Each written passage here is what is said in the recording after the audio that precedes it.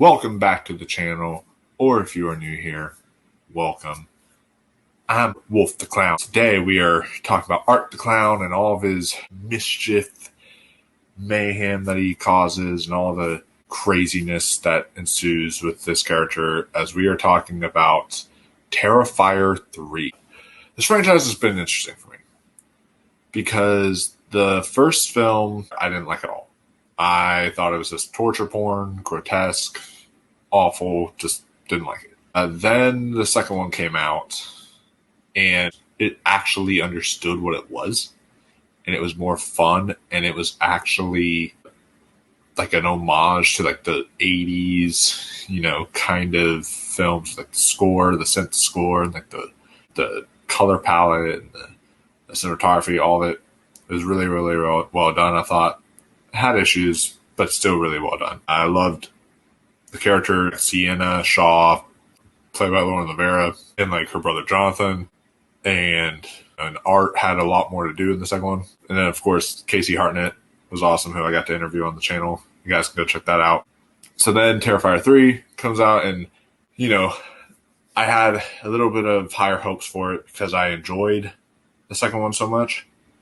But then I heard stuff about how people were fainting, people were throwing up, people had all these different kind of reactions. And usually that stuff is just kind of overhyped. It's just when you hear that, you're like, oh, that's just a bunch of malarkey, because usually it's actually not that bad. And with this, I will say 'tis the season, I guess, because the last two took place around Halloween time. This one takes place around Christmas time. So that was my one thing I thought was stupid, is I'm watching it in October. We should have really released this in November. What are we doing? I have to listen to every Christmas song in October. Are you kidding me? Like, that's stupid. I want to be able to watch stuff like that when it's after Halloween. All right? Let me celebrate Halloween. Gosh damn it. Gosh damn it. Gosh damn it.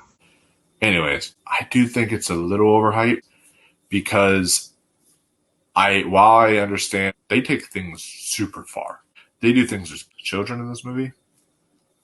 I didn't think that they were going to go there. Like, that's on another level. But I think while this gore is still visceral, all you gore hounds are going to love this movie. I'm not really a gore hound. If it's too much, it feels good. Yeah, usually I'm not a fan of the gore type stuff. It worked in this, but I will say that it's not the kind of film that I feel would make someone pass out, because at least it's my experience. Everyone's going to have a different experience with this. Everyone is. There's going to be people who will pass out. And like Spooky Astronauts, she watched this, and she's a very honest reviewer. And she said there were people fainting. There was a person who full on fell and cut open their head. And she said it's not hype. Like, people actually are reacting this way. So just going in that if you're not one to be able to handle gore, then don't go see this. Because this definitely takes things a bit far. And they were even IDing people when they're going to the theater. And I wasn't ID'd for this movie, but a lot of people I know were. And my theater hasn't ID'd anyone in years. Like, they don't ID people anymore, like, at all. So the fact they were just is telling you something. But overall, the kills, while still very satisfying, we get all those Art the Clown wild kills. I think the second one, Casey Hartnett's death, I think that one still is the most brutal, because it takes such a long time to kill her.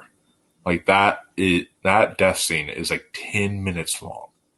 Like, it just goes on and on and on, and escalates and escalates, and you're like, oh my God, poor girl, Jesus Christ. And so as it keeps on happening, it's just makes it more harder and harder to watch. This one, I didn't feel as much. There is definitely some hard to watch stuff. Like there's some stuff including ball abuse. That's all I'll say. That was very hard to watch. So there is stuff like that, but overall, I feel like it's more just this is more fun and creative, and not just like visceral and in your face like the other two were when it comes to gore. So yeah, I thought Art, who is played by, of course, David Howard Thornton, I thought he did a really great job. I thought that he really has nailed this character. It's so interesting. I've not seen another horror slasher character like this in years, where they're just so much in the zeitgeist, you know? Like, Art is all over Hot Topic, all over Spencer's, all over Spirit Halloween. Like, he has become a cultural phenomenon. We haven't had that since like Michael, Jason, Freddy. I mean, the last one we've had is Ghostface. That was like that big of a cultural phenomenon. So it's like kind of wild that he's gotten this big, and the film made like $18 million on a $2 million budget. That is insane numbers. $18 million for a blockbuster, that would be considered a bomb.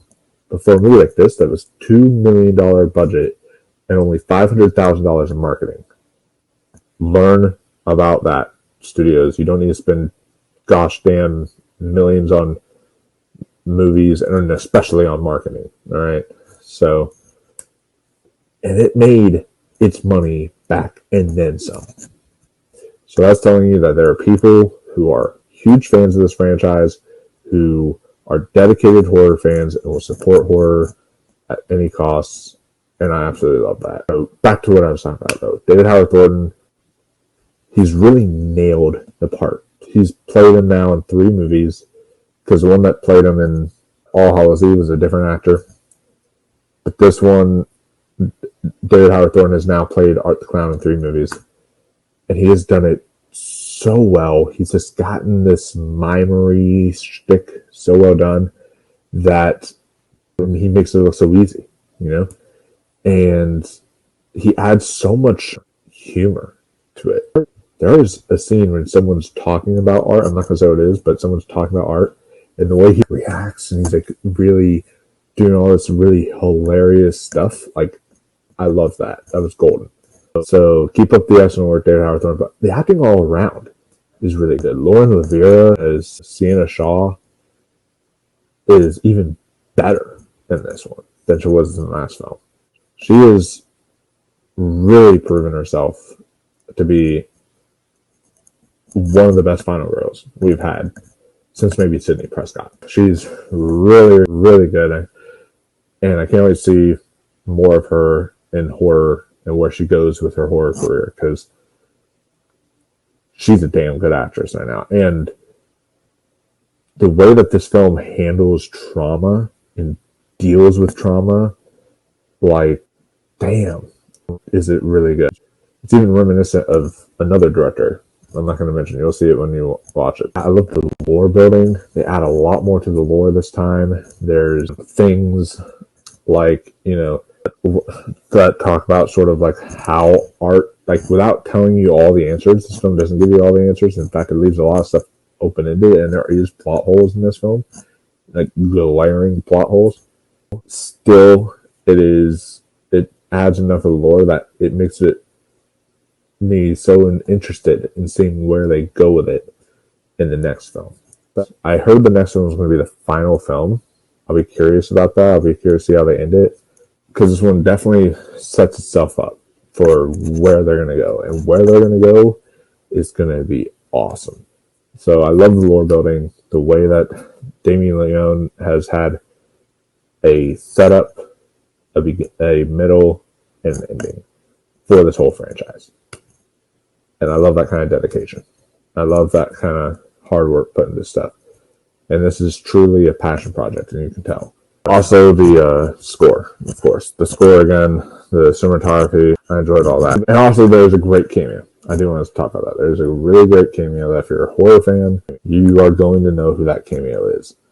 and I kind of geeked out. And I even heard a few people. My theater was mostly quiet, but I heard a few people cheer. Like so, some people knew like who that was, which is cool. So it was cool seeing that cameo happen. Here's my flaws. So my flaws of the film is with the character of Jonathan. I felt like he honestly was a straight up pointless. He is there to be there.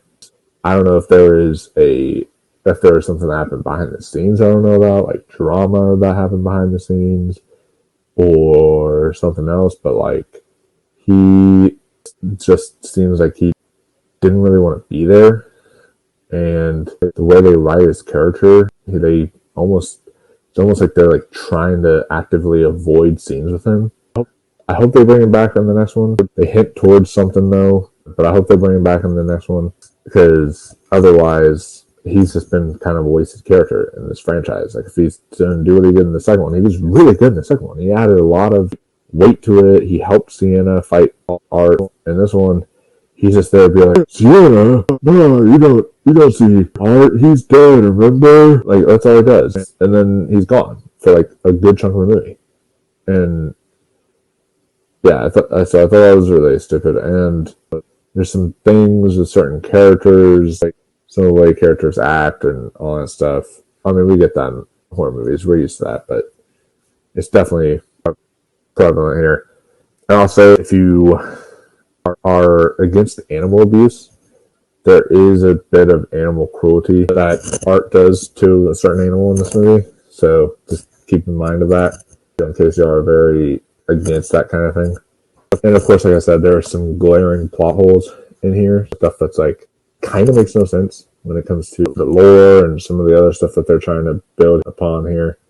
And there are portions, and I don't think this is really a spoiler, but there are portions of the film where like Art is walking into certain areas with full blood all over him. No one questions it. Not a single human being questions it. They're not even saying, is that ketchup all over you? Did you eat a burger or something before you got on this bus? Nope. Not a single person questions it. They just say, look at that. Personal blood. Regular Tuesday, Alex. You know? That's what they act like. They act like it's nothing. And that did kind of bother me. Because I'm like, dude, he's standing there. You're looking at him. You got blood on him. Come on. So yeah, just stuff like that. It's small, but it kind of bothered me a bit. But overall, I would say that that's my main issues with the film. Everything else pretty much worked for me. I thought it was still pretty good, still a solid time. And if you love Art the Clown, if you love the gore, if you love all that kind of stuff, you're definitely going to want to watch this one. But if you're against like anything Christmas in October, then wait till November to watch it. That's what I'll say. That'll pretty much do it for this review. Be sure to like this video, subscribe, share, do all that great stuff. I have a lot more of SHOCKTOBER videos coming your way, so you guys can definitely be on the lookout for all that. Hopefully I can get a Terrifier 3 interview this time. That'd be exciting, and I know we also have a lot of other horror reviews planned up and lined up throughout the month of October, so be on the lookout. And of course, Award Roundtable coming back every week now, so be on the lookout for that as well. We will see you all in the next one, and until next time, stay spooky, my friends. Keep on watching.